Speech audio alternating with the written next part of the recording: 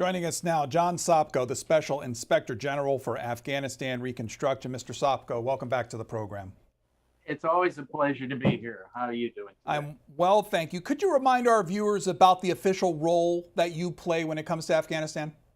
Sure. I am the Special Inspector General for Afghanistan Reconstruction. We're an independent Inspector General created by law.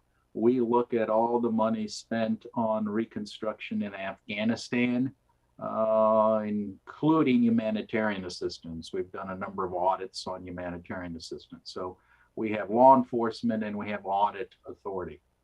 When it comes then to, since we've formally ended operations in Afghanistan, what's your role now?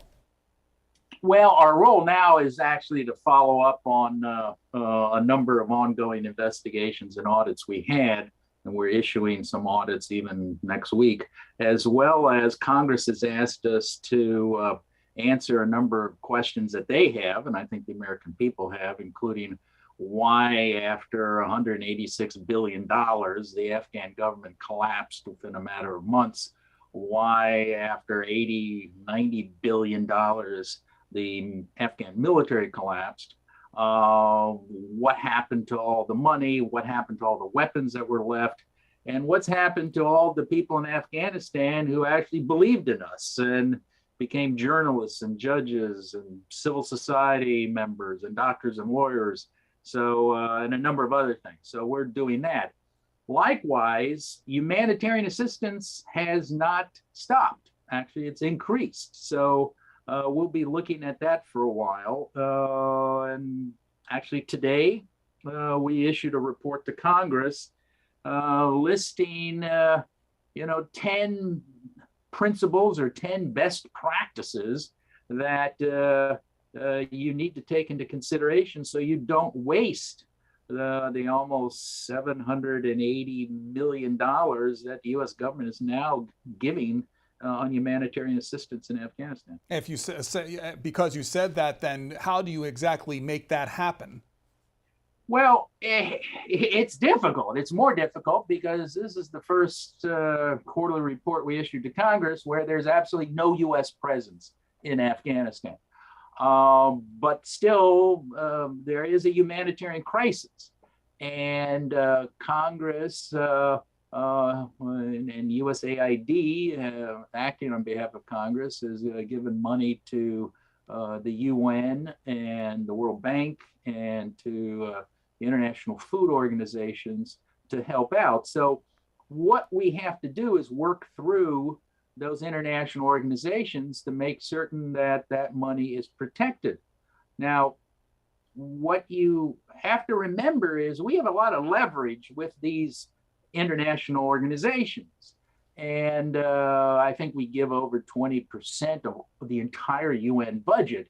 So we could work with them. And I think we'll work cooperatively with them. I'm not saying we have to, force them, but we want to make certain that, we don't make the same mistakes we did over the last 20 years. That $782 million figure for humanitarian aid, is that a one-time payment? Is that a yearly payment? How does that figure work? Well, it looks like that's a yearly payment, although the details aren't really set in stone yet. But the UN is asking for up to $8 billion, that's with a B, $8 billion in humanitarian assistance. And the facts of the matter, we don't make a decision. By we meaning SIGAR. I don't say we should do humanitarian aid or not. That's not my job. That's the job of Congress and the administration. My job is to offer advice and then to Congress and the administration on how to do it well, how to do it efficiently and effectively. And we have the right to follow the U.S. money, even if that U.S. money goes through the UN or goes through the World Bank or the Asian Development Bank or the food organization that's housed in Rome. So that's basically what we're up to and what we're doing. Plenty of your reports in the past, Mr. Sopko, have dealt with waste, fraud, and abuse, particularly with American funds not getting to its intended destination.